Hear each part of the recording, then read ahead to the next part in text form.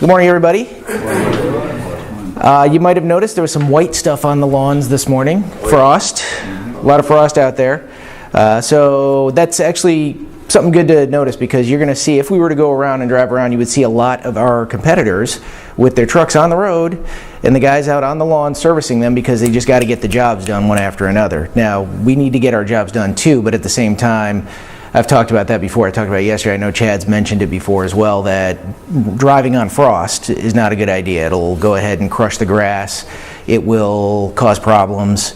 That's something we actually care about, because we want our customers to have a good experience, not just get the jobs done so we can get the bills out, you know.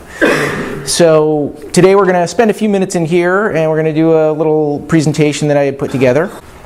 But today, so we're going to talk a little bit about a couple of other cultural practices. Last time we talked about thatch and temperature, that's right.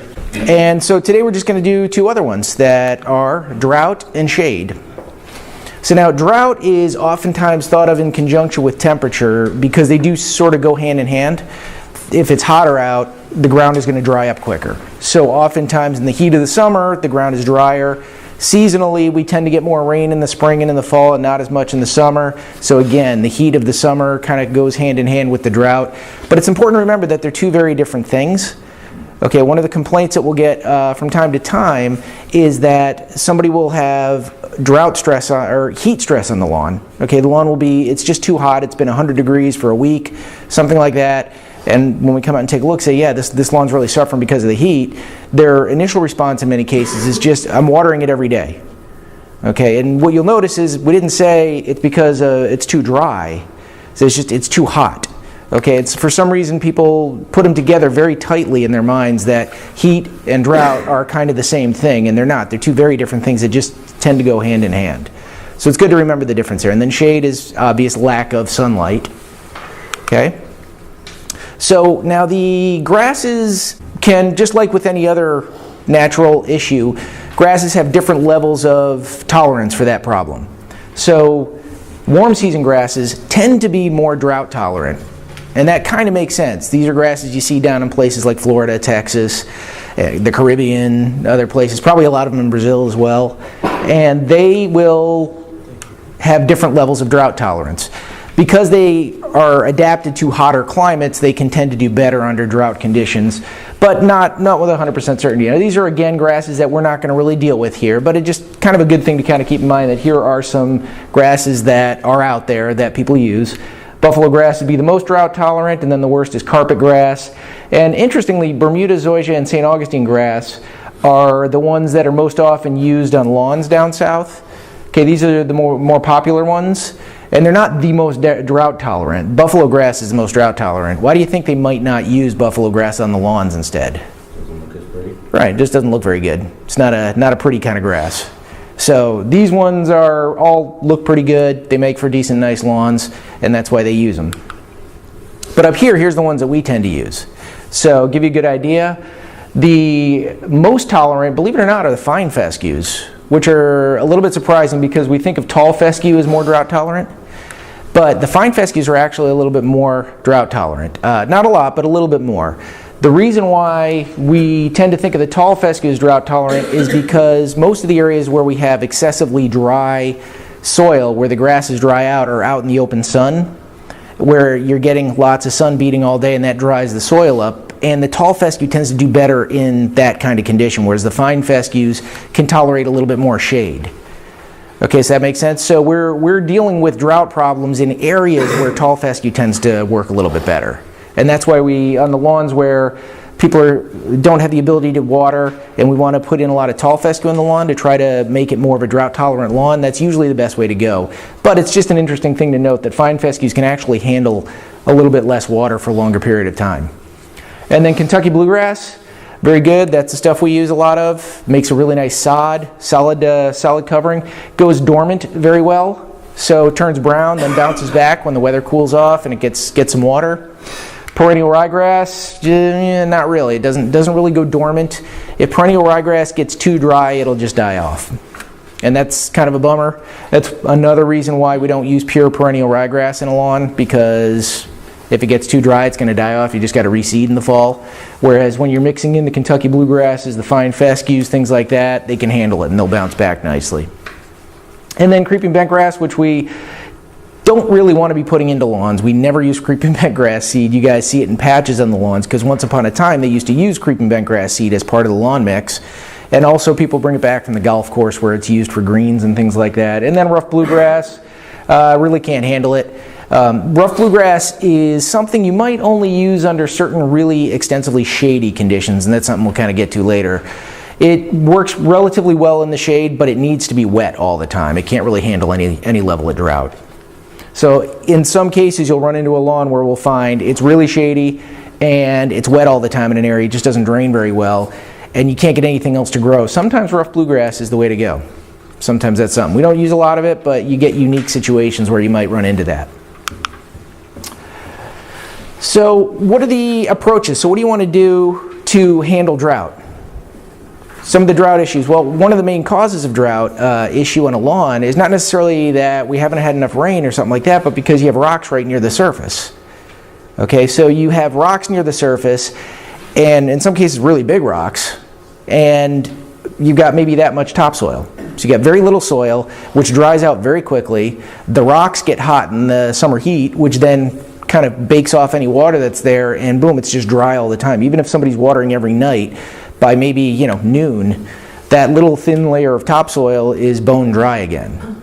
Okay, and then the rock, in addition to it, it compounds it by the summer, the heat radiating off of the rock. So you have the drought stress, but you also have the heat stress. It's just a really bad combination. So one of the first things you can do on a lawn is check to see if there are a bunch of rocks under the surface, and if that's what's causing the grass to dry out so quickly and cause problems. Now, that's not something we necessarily do. We don't have trucks or equipment to go out and dig up all the rocks and take them out. But at least it's something you can look for, and you can, poke a soil probe into the ground and see if you clink into a rock right below the surface. And if that's the case, the two options are, number one, they can either have them dug out, or number two, they could build up the surface a little bit higher by adding more topsoil onto the lawn and getting about a good 6-inch layer of topsoil that's not going to be nearly as affected by the rocks under the surface. And that goes to what I was talking about there. You want a nice, good, thick layer of topsoil. So now these are called the soil horizons. We haven't really talked about that too much. You guys are going to be going for the certification this winter. You're going to learn all about soil horizons.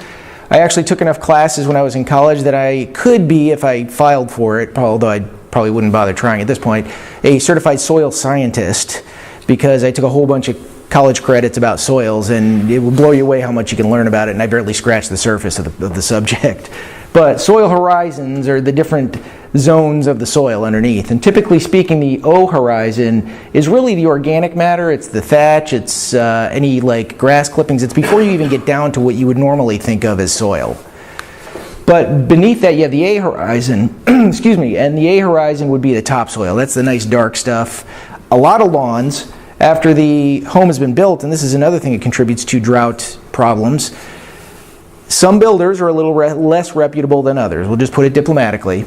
And what they'll do is they will, when they go to build the house, they'll scrape the topsoil off of the ground and pile it up somewhere else. Now, that kind of makes a certain amount of sense when you're building a home. You push the topsoil aside, that's the good stuff you want to use, and then after the house is built and everything's all set, you spread that back out again, and then you seed or you sod to get the lawn going. Well, in a lot of cases, they don't bother spreading it back out again, they just sell it to somebody. So you've got a lawn that's being grown on that. Like there's the surface right there, and you're trying to grow it in this stuff. And that does not hold water very well, it doesn't drain very well. It's almost like growing grass in concrete. It just does not do well. And so in a lot of cases you're going to get to lawns where you may poke the soil probe in and it's not going to go very far down, but you're not going to hear like a clink into a rock. It's just that the soil is just really hard to get into, and it's probably because there's just not much of any topsoil that has some spongy organic matter that will allow you to get into it. It's just they're just growing grass right on that stuff. And the solution to that is not get more water on it, not get better irrigation, not even get better grass. It's get some topsoil on top of this, and let's try to grow on that. Okay?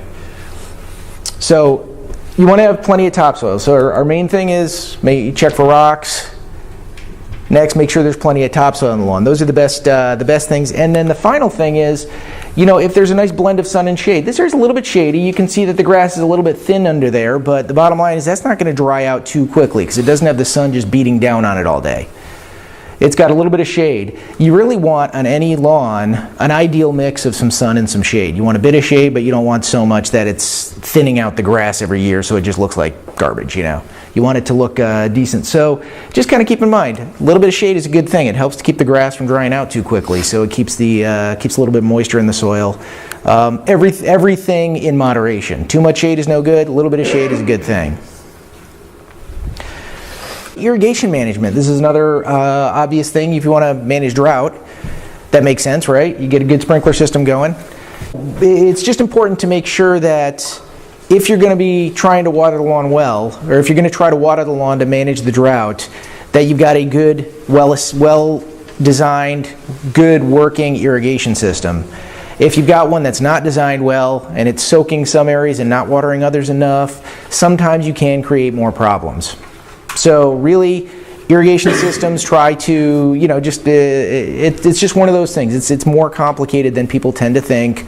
And, right now Mike and Paolo and Chad are all at an irrigation conference. And let me tell you, the conference brochure that when they went down had probably 100 different classes that you could take on different aspects of irrigation management. So some of the, Chad's taking some of the more advanced classes to get his credits for his license, and Mike and Paolo are taking the more beginner classes to try to get some of the basics in there. But it's a very in-depth subject, and so just one more thing, kind of keep that in mind. It's not nearly as simple as people tend to think, that just get water in the lawn and it'll be fine. So make sure that the irrigation system's working well, and water properly. Don't water just a little bit every few hours so that you're keeping the surface really wet, but then it's not getting water down below. You want to water more deeply, 6 to 7 inches, somewhere in that range, a couple of times a week so that you've got the soil profile nice and soaked. Keep in mind, here's some problems that you can run into with the irrigation system. Broken heads, right? You guys have run into all this kind of stuff. So we'll run into lawns, say, hey, there's a drought stress, there's a problem here. One of the first things you'll hear back is, I've got an irrigation system, it's watering every night. Okay, the next step is, then let's take a look. Is there a broken head somewhere that's not turning, or it somehow got popped off? Or even in some cases, you get some strange things like this, where underground they dug this out, a tree root grew and pinched off the irrigation line, so it wasn't actually working anymore. And it doesn't happen overnight, that happens over a long period of time. So the irrigation system is working fine, it's working fine, it's working fine. Then all of a sudden, this one area doesn't work anymore. What happened?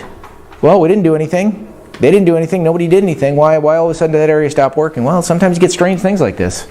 Nature has a weird way of messing with our plans. So if you are going to be watering your own lawn, okay, regular lawn, just going to tell you guys, and I'll tell homeowners, don't try to do it yourself by hand. Don't try to do it with a portable sprinkler head. Unless you're really, really diligent, and there's very few people I've met who are this diligent about making sure to water every single day, the right number of times a day, or not every day, but often enough during the week.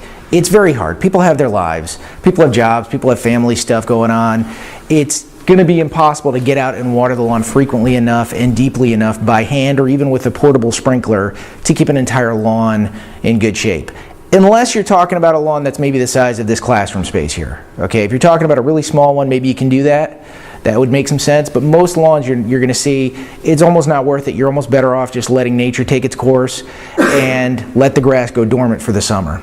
And that's okay. The grass is going to go dormant. It's going to bounce back again once the weather returns. It's just important for people to understand that without the water, the lawn's going to turn brown because that's what dormant grass looks like. It's okay. It's healthy. It just doesn't look as good as it would if they had a nice in-ground sprinkler system working.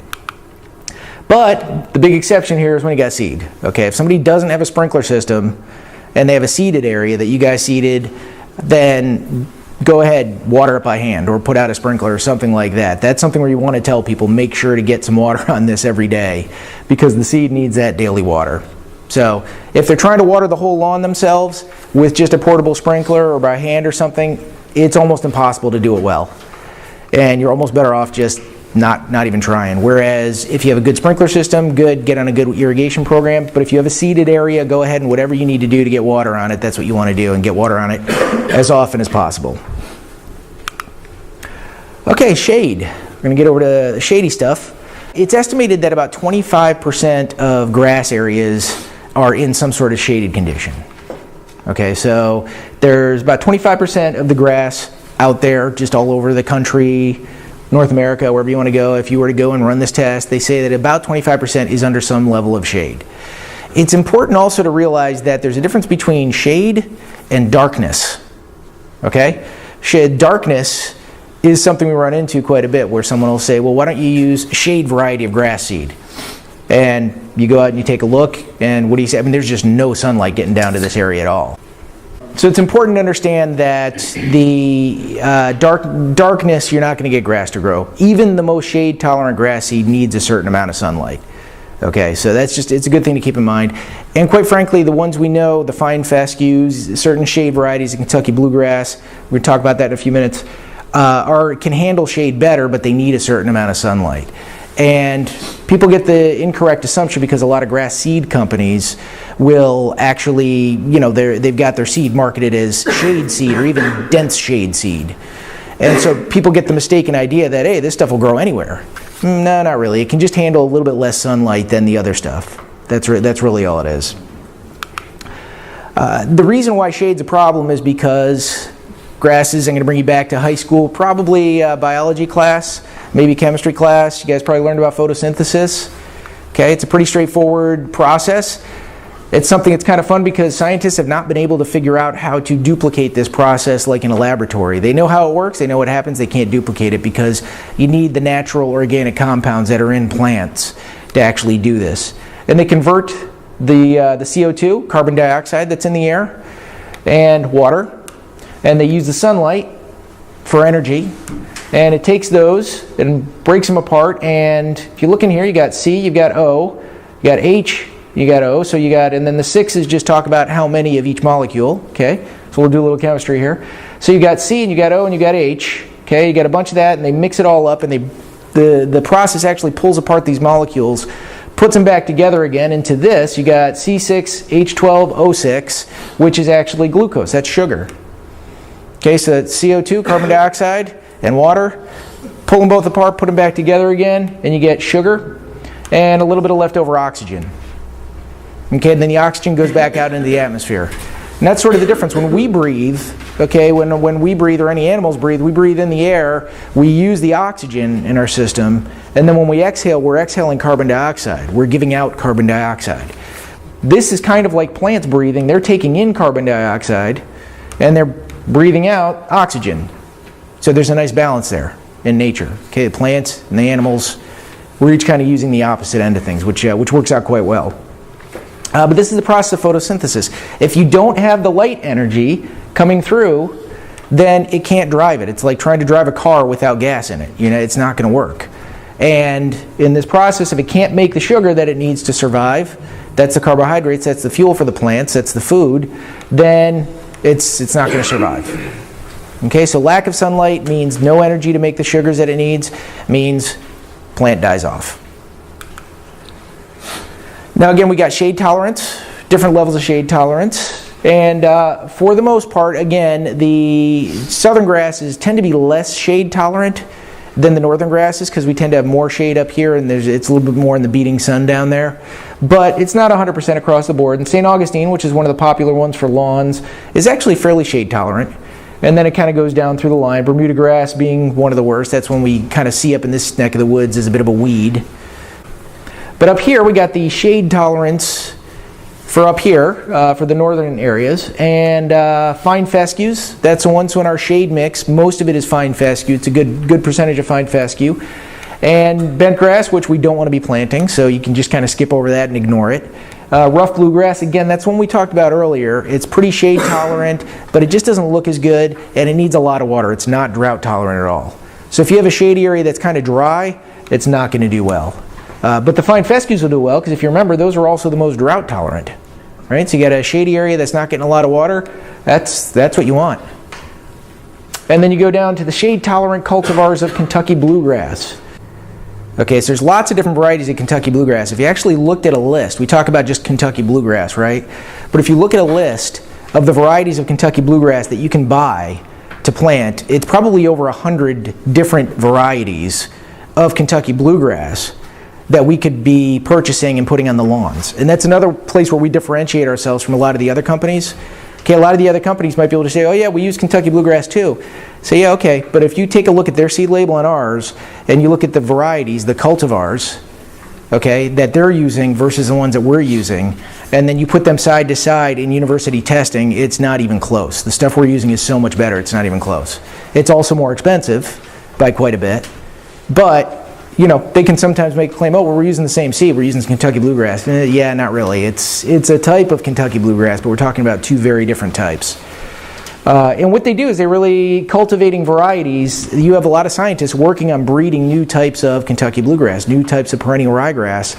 At a lot of different universities, they have these programs where they're constantly creating, just through genetic, a little bit of genetic mutation and through breeding practices, they're creating new types of grass that are stronger, more drought tolerant, more disease tolerant, more insect resistant, better looking, all those kinds of things. The turf type tall fescues that we're using are actually kind of a perfect example of that, because years ago, tall fescue was just this really, it almost looked like crabgrass.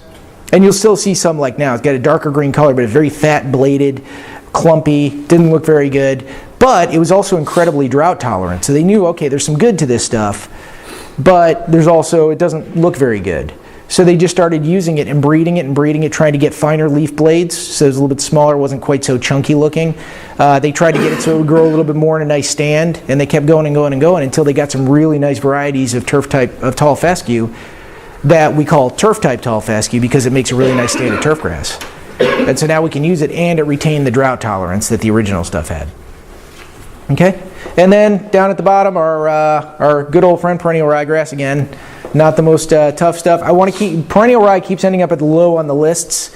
And again, it's one of the reasons why we don't use 100% perennial ryegrass, but I want you to keep in mind that it is one of the best types of grass we can use. It just kind of, out of the top 4 that we would be using, it's the least desirable, but it's still in that top 4. It's still a decent variety of grass. Okay, so quick question. What do we got here? You got beads of water on the outside of the can. Condensation. Condensation. What's that caused by? Moisture in the air. Yeah, so it's a combination of, there's moisture in the air, right? But why does it condense on the can? What causes that to condense on the can? The hot heat hits the cold can. There you go, exactly. The cold can. Hot heat? Yeah, the when you have cold and heat and you got enough humidity in the hotter air, okay, the water, colder air can't hold as much water as warmer air. And so when you have warmer air that's got a lot of humidity and it's got a lot of water in it, and then all of a sudden it hits a cold front, it ends up condensing. And that's what causes rain, that's what causes fog, all that kind of stuff. And that's what causes your can of Coke to get beads of water all over it. Okay? It's also what can cause dew on the lawn. And in shady areas, and this is kind of one of the things to think about, in the middle of the summer in shady areas, it's warm outside. Okay, it might even be really humid outside, but it might be like 10 degrees cooler over on the grass surface in the shady area. So what happens? You get all that humidity and then it's cooler over there, you end up getting a lot of condensation. You end up getting a lot of dew. And what happens when we get a lot of dew or moisture sitting on the surface for a long period of time? Yeah, disease problems. So it's one of the things to keep in mind. It's one of the downfalls to having too much shade, that you're going to run into potentially more disease problems because of the fact that it's not drying out as quick. And in fact, water is kind of constantly condensing and it's constantly got a bit of dew on the surface that's feeding this fungus. Okay? You also have tree roots. Now this isn't necessarily... Yeah, you guys probably haven't seen too many quite this severe, but you do have a lot of tree roots that you're competing with. And in shady areas, you know, it's not, shade is not always caused by trees. It could be by buildings and other things like that. But in many cases, one of the things that goes along with excess shade is you got a lot of excess tree roots. Now, there's a couple reasons why that's a problem. Number one, right here, you can see that's going to be kind of hard to maintain the grass in between those roots. And quite frankly, they really shouldn't be even trying in this situation. One of the problems with tree roots is that the roots are going to compete with the grass for water and nutrients and things like that. So the grass wants all those things, the tree's sucking it out, the grass has less to work with. So growing grass right underneath trees, typically speaking, the grass, because of both the shade and because of the roots, it tends to be an uphill battle. It's not something that really works out very well in the long run. The important thing is don't try to prune these roots. A lot of people will come in and like cut the roots of the trees and sort of dig them out. You know, I know we're not tree guys, but I hope you guys can see and understand why that might not be a good thing, not be a very good idea. Okay, cutting the roots, that's the lifeblood of the tree. They need the roots. You don't want to be harming the tree just to make the grass look nicer. Okay, so you don't want to cut the tree roots. What if you topsoil around it? Obviously that's like on a hill, but like an example. Yeah, so what you can do, and that's actually a great example, and I was going to mention that in just a minute here, and that is you can top dress this, get some topsoil on top of the roots to kind of fill it up a little bit. The important thing is you don't want to really bury the roots. Okay, you want to just bring enough topsoil, just kind of cover them a little bit. And then if you're going to try to grow grass, you can try to grow some grass on there. But keep in mind, if you've got like that much topsoil on top of a root, chances are the grass isn't going to grow very well in that spot. So it's going to be grass kind of mixed in with the roots there. But just don't, it's really bad for the trees if you bury the roots like, under that much soil or something. They're not. If they're used to being that way, they dispose all the time. Yeah. Yeah, Dave, you've got more experience with that than I do even, but. Root rot happens if you're doing too much on there. And then they add an irrigation system to it. It's never had water before. Yeah. See, like half the tree looking funny. And Chris and I have to go out and like literally cut it out and aerate it out. Practice digging the whole wall out. Yeah. Big job. That's what Dave was just saying, that the roots can actually rot and become a problem. So you never recommend to a customer that they just bury the tree roots with soil. That's not a good way to go. What you probably want to do is, there's other ways to handle that, but we're going to go ahead and just talk real quickly about how to manage the shade, what to do. Well, the first thing is pretty obvious, and that is pick the right variety of grass, or the best variety of grass we can use. So in our areas here, now we've already talked, bent grass and rough bluegrass are ones that we typically don't want to use. Maybe rough bluegrass in an area that's damp all the time. It's a very unique scenario, very unique situation, but we might break it out once in a while. But for the most part, fine fescues and then some shade-tolerant cultivars of Kentucky bluegrass. Okay, that's a good blend of grasses that would be used, and that's number one. Just try to pick the right variety of grass for the area. Do some tree pruning. We don't do that. Let a professional who understands how to prune trees correctly do that. But recommend that maybe if they can, without causing problems with the trees, do some selective thinning, get some of the branches out of there, and allow a little more direct sunlight into the area. That's really, honestly, that's going to be the biggest thing. So we talked about pick the right variety of grass, but if they can get more sunlight on there, that gets rid of the problem. It may not get rid of it 100%, but it'll help significantly. And then don't over fertilize. This is kind of an important thing. If you got a really shady area, because the grass tends to grow slower, if you put a lot of fertilizer in those areas, and we don't tend to do that, but a lot of people will just fertilize the lawns. And if they've got like a sunny area that they're watering all the time and they're mowing it all the time, that fertilizer is getting used up because the grass is growing quickly and they're mowing it off and they're watering it, so it's getting broken down. But the shady areas aren't happening near as quickly, and some of that excess fertilizer can encourage the disease problems that we talked about earlier. Remember we showed the dew can cause the fungus if it's left there long enough. Well, extra fertilizer can do that as well. Okay, so you could start creating problems. So it's just something to kind of keep in mind.